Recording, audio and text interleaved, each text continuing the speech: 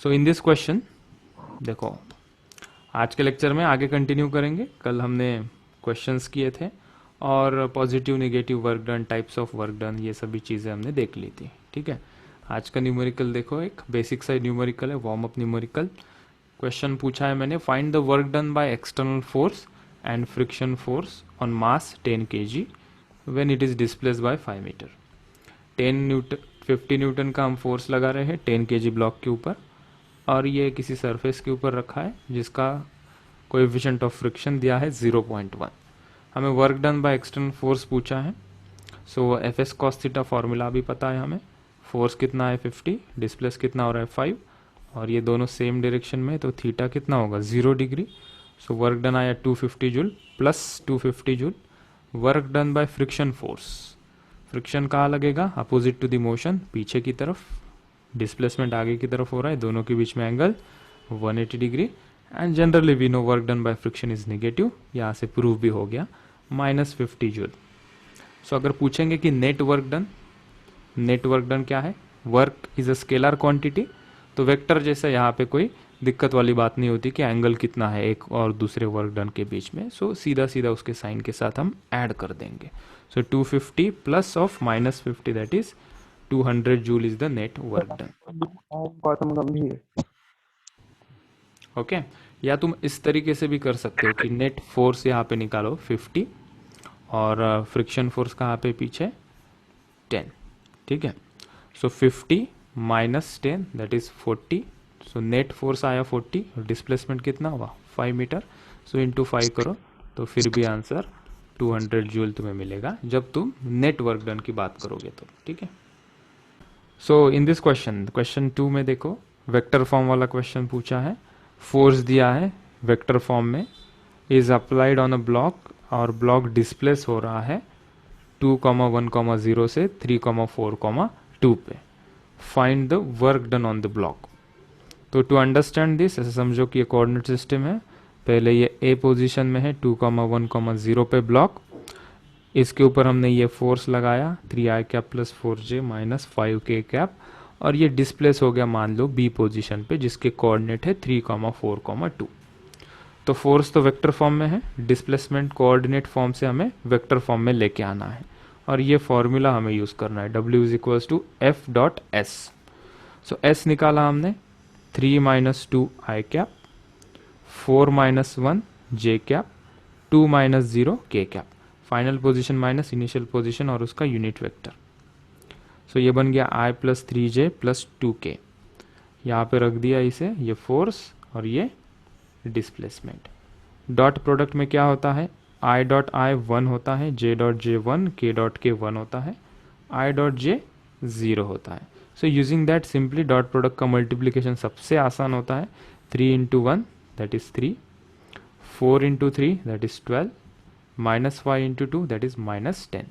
तो ये मिलके आ गया हमारा 5 जूल।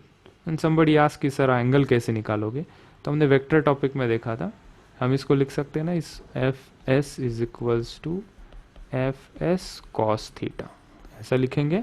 तो यहाँ से कॉस थीटा के टर्म में हमारा एंगल आ जाएगा F dot S divided by F S. F की जगह पे ये लिखोगे, ये 5 जूल, एफ एस का आंसर ये 5 जूल आ गया ना, 5 डिवाइडेड बाय इसका मैग्नीट्यूड लोगे under root of 3 square plus 4 square plus minus 5 square into S के लिए इस टर्म का स्क्वायर रूट में 1 square plus 3 square plus 2 square and you get the answer. ठीक है, हमने वेक्टर टॉपिक में इसे डील किया हो। Question number 3, if two forces are acting on a body, particularly F1 is equals to 3i cap plus 2j cap and F2 is equals to 5j cap plus 6k cap. And body displaced from this location to this location, find the work done. Formula ये use करेंगे, पहले net work done, net force find out करेंगे। दो forces दिए हैं, so vector addition इसकी होगी F1 plus F2 vector. F1 कितना है 3i cap plus 2j cap, F2 कितना है 5j cap plus 6k cap, दोनों को ऐड कर दिया, 3i cap, 5j cap plus 2j cap is 7j cap and this is 6k cap. Okay, step 1 clear हो गई। हमें नेट फोर्स मिल गया। अभी हमें डिस्प्लेसमेंट फाइंड आउट करना था, तो final position minus initial position in the x direction, that is 4 - 1 I cap, 5 - 2 J cap, 6 - 3 के कैप, ये मिला के आया फिर 3 आई कैप प्लस 3 जे कैप प्लस 3 के कैप। अभी वर्क डन, ये तो फॉर्मेलिटी बाकी है, एफ और एस का डॉट प्रोडक्ट, सो 3 × 3 9, 7 × 3 21, 6 × 3 18, ऐड करके हमें आंसर मिला 48 joules. So let's see the next bit, that is work done by variable force.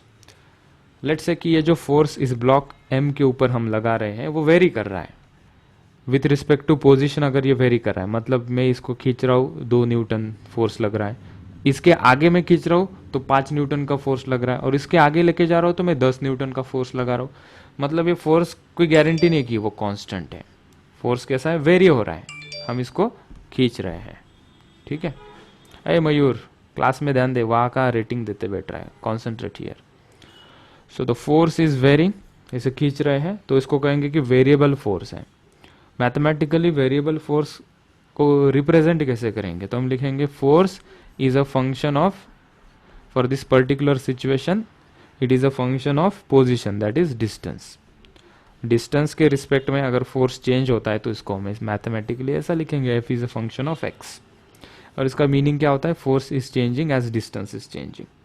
और एक सिचुएशन ऐसी भी बन सकती है कि टाइम चेंज होने से फोर्स भी की वैल्यू भी चेंज हो रही है, तो तब हम इसको रीड करेंगे force is a function of time T, उसको बोलेंगे force is changing as time changes.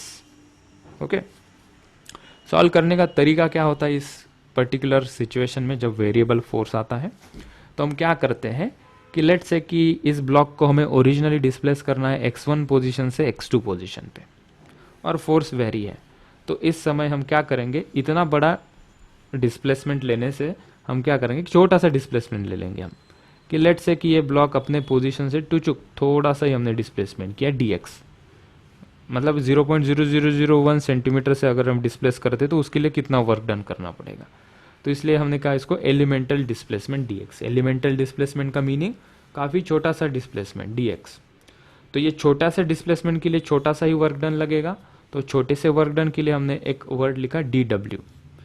dw मतलब क्या है, स्मॉल डिस्प्लेसमेंट। जब कोई भी चीज़ को, कोई भी क्वांटिटी को फिजिक्स में स्मॉल करना है तो हम इसको d लगाते हैं। d का मतलब क्या होता है, ये छोटी क्वांटिटी तुम कंसिडर कर रहे हो।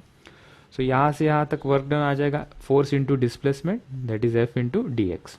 हमें टोटल चाहिए तो ऐसे छोटे छोटे वर्क डन हम ऐड करते जाएंगे, तो उस एडिशन को हम इंटीग्रेशन के द्वारा लिखते हैं।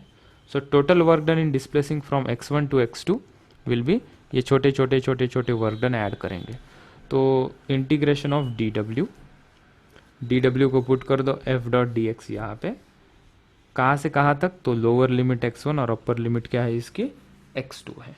ठीक है, अगर ये नॉर्मल फॉर्म में है तो इसको हम ऐसा लिख सकते हैं x1 to x2 f dx cos theta. जैसे क्वेश्चन में गिवन डेटा होगा उस हिसाब से ये फॉर्मूला हम रीऑर्गेनाइज करेंगे।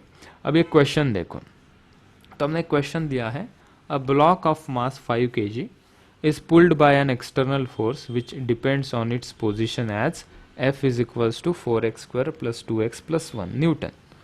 Find the work done by this force in displacing the block to the position x is equals to 2 metre. इसका मतलब क्या है, ये डायग्राम भी क्वेश्चन का पार्ट है। 5 किलो का ब्लॉक फिलहाल x is equals to 1 metre ये पोजीशन में रखा हुआ है, इसके ऊपर हम ये फोर्स लगा रहे हैं 4x square plus 2x plus 1, कितने डिग्री पे, 60 डिग्री के एंगल पे हम इसके ऊपर ये फोर्स लगा रहे हैं। और ये जब x is equals to 2 metre पे आ जाएगा तो यहाँ से यहाँ तक का टोटल वर्क डन हमें पूछा है कितना है। तो पहले तो हमने समझ लिया कि ये जो क्वेश्चन है ये क्वेश्चन है वेरिएबल फोर्स का। कहाँ से पता चला, हमने देखा ये F is equals to 4x square plus 2x plus 1, x क्या है, पोजीशन, मतलब फोर्स पोजीशन के ऊपर डिपेंड कर रहा है। तो हमने फॉर्मूला खोल दिया अभी, F is equals to F dot D X, ठीक है, यहाँ पे x1 और यहाँ पे x2, ठीक है। तो हमने यहाँ पे लिखा एफ डॉट डी एक्स, यहाँ पे एंगल के फॉर्म में दिया है तो हम इसको लिख सकते हैं F D X cos theta integration of x1 to x2। f कितना दिया है यहाँ पे, f दिया है यहाँ पे 4x²। इंटीग्रेशन का साइन लगा दूँ।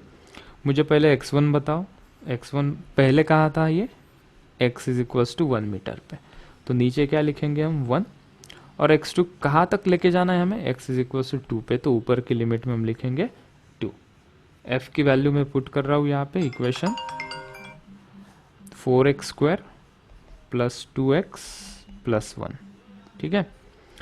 dx को एज इट इज लिखेंगे क्योंकि it is a function of x। cos कितना है, cos 60 डिग्री, तो cos 60 कितना होता है 1/2, और वो कांस्टेंट है उसको बाहर लिखेंगे। सो cos 60 को बाहर लिखेंगे, 1/2 लिख दिया मैंने इसको। ये इधर नीचे 1 ऊपर 2, 4x² प्लस 2x प्लस 1 ये आ गया इंटू dx। कुछ नहीं किया ये स्टेप में, cos 60 की वैल्यू 1/2 होती है, उसको बाहर लिख दिया इंटीग्रेशन से, कोई प्रॉब्लम नहीं। ये हमारा वर्क डन आ गया। अभी हमें क्या करना है, इसको सॉल्व करना है इंटीग्रेशन। अभी जिसको इंटीग्रेशन आता है वो कर सकता है। इंटीग्रेशन क्या है, सिंपल सा अलजेब्रिक इंटीग्रेशन है। बीच में साइन हमने देखा प्लस है, प्लस है मतलब 4x² का इंटीग्रेशन, 2x का इंटीग्रेशन और 1 का इंटीग्रेशन करेंगे। Just to remind you, x to the power n dx, इसका इंटीग्रेशन हम जब करते थे तो हमने ये फॉर्मूला यूज किया था, x to the power n+1 upon n+1, ठीक है। और जब लिमिट नहीं होती थी तो हम प्लस सी लिखते थे, और जब लिमिट होती है तो प्लस सी नहीं लिखते हैं, ठीक है। So I am using this formula. तो यूजिंग दिस फॉर्मूला 4x² का इंटीग्रेशन क्या हो जाएगा, 4 तो मल्टीप्लीकेशन में है x² के, तो उसको एज इट इज रखो। x² का इंटीग्रेशन आ जाएगा, तो x की पावर तुमने देखी 2 के साथ एक ऐड कर दो, तो x to the power 2 + 1 divided by 2 + 1 ये आ गया, प्लस 2x का इंटीग्रेशन, 2 को एज इट इज रखा, x का इंटीग्रेशन x² डिवाइडेड बाय 2। अभी थोड़ी जगह बना लेते हैं यहाँ पे।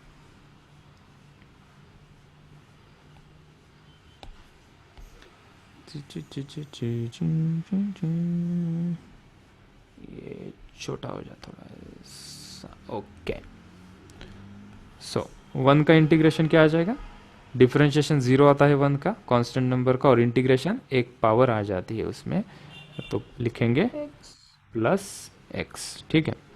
अभी इसकी ब्रैकेट देके लोअर लिमिट 1 और अपर लिमिट 2, इसे सॉल्व करेंगे। अभी क्या है, तो पहले तो सिंप्लीफाई कर लेंगे इसे, तो ये आ जाएगा 4x³ / 3 प्लस 2 और 2 तो कट हो जाएगा ये, सो क्या बचेगा ये x², और ये क्या बचेगा x, और इसकी लोअर लिमिट 1 अपर लिमिट 2। जगह बनाते हैं और क्वेश्चन को करते हैं छोटा, 5 × हाफ इंटू हाफ, ओके। इसको भी कर दिया छोटा।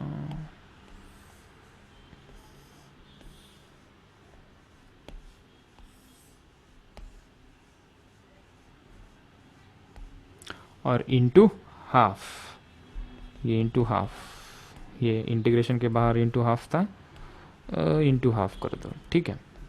तो हाफ पहले लिख लो। अभी जब हम लिमिट्स पुट करेंगे, ये लोअर लिमिट और ये अपर लिमिट, तो सबसे पहले अपर लिमिट x की जगह पे क्या करेंगे, हर जगह पे 2 लिख दोगे, माइनस करके x की जगह पे हम क्या लिखेंगे 1 लिखेंगे, ठीक है। x³ है तो 2x³ लिखना है। So I am putting the upper limit, so 4 upper limit is 2, तो x की जगह पे 2 उसका cube divided by 3 plus x² है तो 2 का स्क्वायर प्लस x है तो 2, ये हो गई अपर लिमिट, बीच में माइनस साइन देना है। और लोअर लिमिट मतलब x की जगह पे 1 लिखेंगे, तो ये हो जाएगा 4/3 प्लस 1 प्लस 1। इसे सॉल्व करो, बताओ मुझे क्या आंसर आता है। सो इसको सॉल्व करोगे तो आंसर मिलेगा 20/3। So 20/3 is the work done required to bring this block from 1 meter to 2 meter when this amount of force is applied on it.